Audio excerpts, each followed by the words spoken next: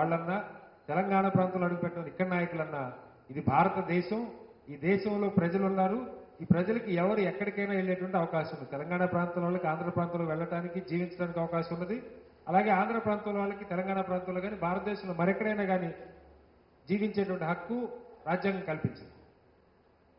కాబట్టి దాన్ని ఎవరు ఉల్లంఘించినా, ఎవరు దానికి వ్యతిరేకంగా మాట్లాడినా అది ప్రజాస్వామ్యానికి రాజ్యాంగ స్ఫూర్తికి విరుద్ధం.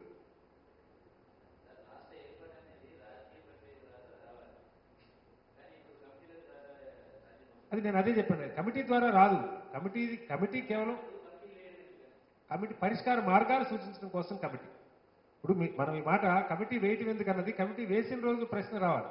కమిటీ వేసిన రోజు అన్ని రాజకీయ పార్టీలు దీన్ని స్వాగతించినాయి. కమిటీ వేసిన రోజు మీరు అన్నట్టు రాజ్యాంగబద్ధం కాదు, రాష్ట్రాన్ని విభజించాలన్నా కల్పించాలన్నా చేయాల్సింది కమిటీ కాదు అనుకున్నప్పుడు కమిటీ వేసిన రోజు దాన్ని మనం ఖండించాలి. కానీ కమిటీ వేసిన రోజు అందరూ దాన్ని స్వాగతించారు. కాబట్టి కమిటీ ఉండటం తప్పు కాదు. కమిటీ ఉన్న తర్వాత అది అధ్యయనం చేయాల్సిందే. అధ్యయనం చేయడం కోసం వచ్చిన మార్గదర్శకాలు ఉన్నాయి, విధి విధానాలు ఉన్నాయి. దానిలో ఉన్న పరిస్థితుల నేపథ్యంలో ఇంతకన్నా గత్యంతరం లేదన్నది వాస్తవం. అంతకుమించి ఇంక మనం రాజకీయ లబ్ధి కోసం అయితే అక్కడ ఒక మాట ఇక్కడ ఒక మాట చెప్పొచ్చు. లోక్సభ అలా చెప్పేటువంటి పార్టీ కాదు కాబట్టి అందుకే మేము ఇది తప్ప వేరే గత్యంతరం లేదని చెప్తున్నాం. This is the least thing which we can do. ఇంతకన్నా బెటర్గా మనం చేయడానికి అవకాశం లేదు. ఇప్పుడు కమిటీ విడిపోవాలన్నా కలిసి ఉండాలన్నా మన ఏది హద్దులు లేకుంటే అవసరాలు, ఒక ఇంట్లోకి వెళ్ళి అన్నదమ్ములు విడిపోతుంటేనే ఇల్లు వాళ్ళకి వస్తే కొత్త ఇల్లు తీయాలి, పోనీ బావి వస్తే చెలుకోవలికి ఇవ్వాలి అనేది ఉంటుందండి. అవి డిసైడ్ చేసేది ఆ పెద్ద మనుషులే ఈ కమిటీ.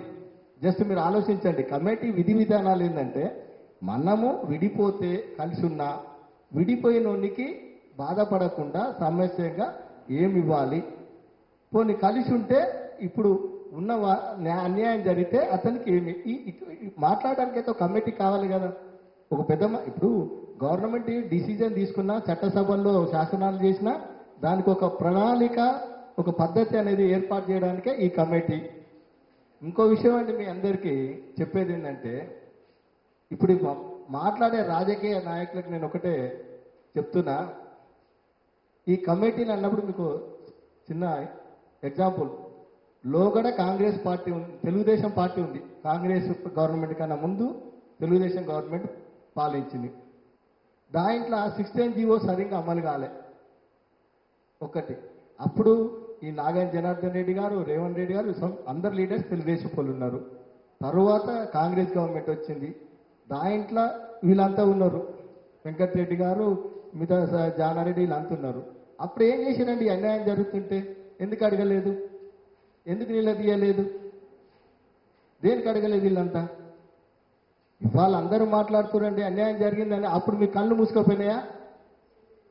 ప్రాంతీయ బోర్డులు అనే సమావేశాన్ని ఏర్పాటు చేసి నిధులు విధులు ఇవ్వకుండా కుర్చీ కారు ఇస్తే సరిపోయింది. అప్పుడు ఎందుకు అడగలే?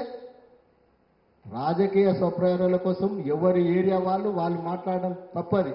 లోక్సత్తా పార్టీ ఏదైనా మాట్లాడితే ఒక నిర్దిష్టమైన ప్రణాళిక, దానికి ఒక కట్టుబడి అన్నిటిని ఆలోచించి ప్రజల కొరకు ఎన్నుకోబడే ఈ నాయకులు ఎలా ఉండాలనేది చెప్పడానికి లోక్సత్తా పార్టీ వచ్చింది. మేము అదే చెప్తున్నాం, వీళ్ళు అవసరానికి ప్రజలను పావులాగా వాడుకోవడం అలవాటు అయిపోయింది రాజకీయ నాయకులకు. కమిటీలు వేసినా ఏది చేసినా రాజకీయ నాయకులకు ప్రజల అవసరాలకు, ప్రజల యొక్క బాగోగులు తెలిసి ఉండాలి. వాళ్ళకు అవసరం ఏందనేది వీళ్ళు నిర్ణయించే శక్తి వీళ్ళకు ఉండాలి. అది రాజకీయం అంటే. కానీ రోజుకో తీరుగా ప్రజలను అన్యాయం చేయడం, ఏ ప్రాంతం వారైనా ప్రజలకు అన్యాయం జరుగుతుంది అనుకున్నప్పుడు సరైన ఒక ప్రణాళికలో ఉండాలి. అసెంబ్లీలో మీరు బిల్లు పెట్టండి, మేము ఆమోదిస్తాం, బయటకు వచ్చి మా ప్రాంతం వారు ఒప్పుకుంటలేరు, ఇవన్నీ తప్పు. మొదలు మాట్లాడేటప్పుడే ఒక సరైన పద్ధతిలో మాట్లాడడం నేర్చుకొని రాజకీయ నాయకులే కానీ వాళ్ళ అధ్యక్షులే కానీ మెలగాలని లోక్సత్తా పార్టీ కోరుతుంది.